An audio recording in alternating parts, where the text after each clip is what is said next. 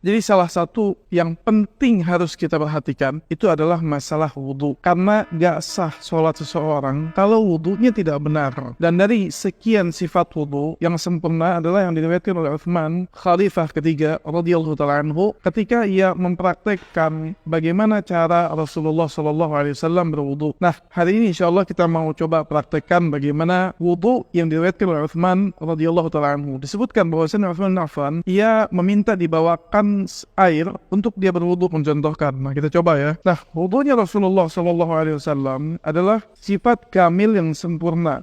Bagaimana? Disebutkan dalam riwayat, ketika Utsman sudah dibawakan wadah untuk berwudu, Utsman bin Affan radhiyallahu ta'ala anhu memulai dengan mencuci tangannya. Nah, kita kalau nggak pakai wadah, pakai keran, berarti bisa langsung dibuka kerannya. Tentu lihat hemat airnya ya. Jadi nggak terlalu banyak.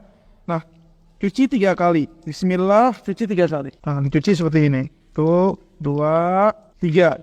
Ini pertama. Kemudian yang selanjutnya adalah diambil airnya dan dipakai untuk istinsyaq, dimasukkan dan madmadah, kumur-kumur secara bersamaan, dan dibuang juga yang dari mulut. Dibuang istinsyaq dari hidung dan dibuang dari mulut. Contohnya kayak begini, lihat. Diambil airnya, dimatikan, ambil airnya secukupnya.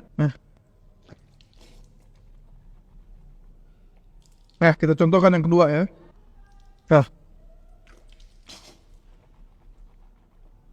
Nah, itu lihat. Contoh yang ketiga ya. Ambil lagi airnya, matikan. Nah, dibuang. Kemudian, yang selanjutnya, yang disebutkan bahwasannya Utsman bin Affan radhiyallahu anhu mengambil air tangannya untuk membasuh wajahnya. Diambil airnya, dibasuh wajahnya. Nah, seperti ini. Dalam bagian punya jenggot, itu disunnahkan, dalam riwayat disebutkan Rasulullah mentahlil. Tahlil itu di sela-sela ya jenggotnya, apalagi yang jenggotnya itu tebal seperti anak ini, jenggot tebal itu di sela-sela. Diambil lagi airnya, dibasahkan wajahnya, kecil lagi, diusap. Dan wajah itu termasuk yang ghasal. Ghasal itu artinya apa? Dicuci, bukan hanya sekedar diusap. Apa bedanya diusap dengan dicuci? Dicuci itu airnya mengalir seperti ini, dan batas wajah itu dari perbatasan kuping sebelah kanan sampai kuping sebelah kiri, kemudian yang ada di dalam dagunya sini sampai batas rambut normal yang tumbuh. Jadi seperti ini di batas heningnya. Kemudian yang ketiga, kita lihat yang ketiga ya, cuci lagi seperti ini.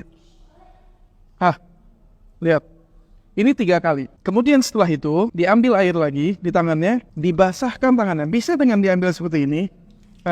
Dibasahkan sampai siku semuanya, di sela-sela jarinya sampai siku, ilal mirfaqain, ini 1 kali, atau bisa dengan dibuka airnya sedikit, kemudian dibasahkan. Betul-betul basah tangannya. Ini yang kedua dan ini yang ketiga.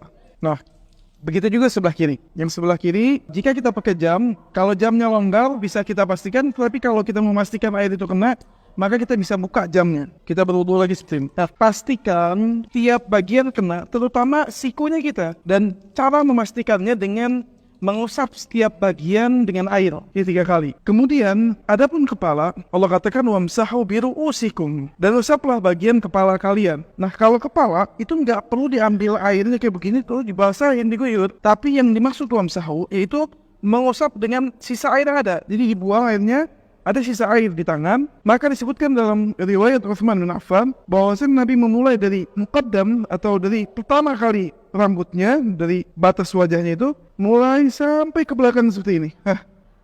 Ila qafah. Qafah itu bagian sampai bagian leher belakangnya, kemudian dikembalikan lagi. Waddahuma, dikembalikan lagi. Nah, ini sekali. Bisa diputus atau dilanjut ke kuping. Ini diputus, kemudian dilanjut ke kuping. Sekali. Bisa juga langsung disambung ke bagian kepala, kemudian kuping. Jelas ya?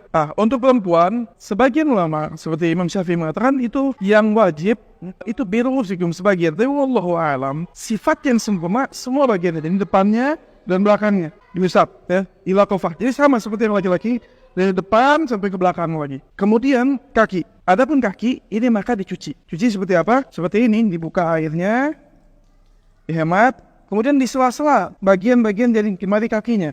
Nah, sampai ke ka'ab. Seperti ini, di sela-sela bagian kakinya. Dan disebutkan dalam hadis, begitu juga yang kiri ya. Kata Rasulullah, wailul lil aqab minan nar. Kata Rasulullah, wail, celaka dari bagian-bagian kaki, mata-mata kaki yang enggak kena wudu. Jadi enggak sempurna sampai tidak terbasahi. Nah, itu kurang lebih cara wudunya Rasulullah SAW yang sempurna yang diriwayatkan oleh Utsman dan diriwayatkan oleh Imam Bukhari, Imam Muslim dan Ashabus Sunan. Wallahu taala a'lam bishawab. Assalamualaikum warahmatullahi wabarakatuh.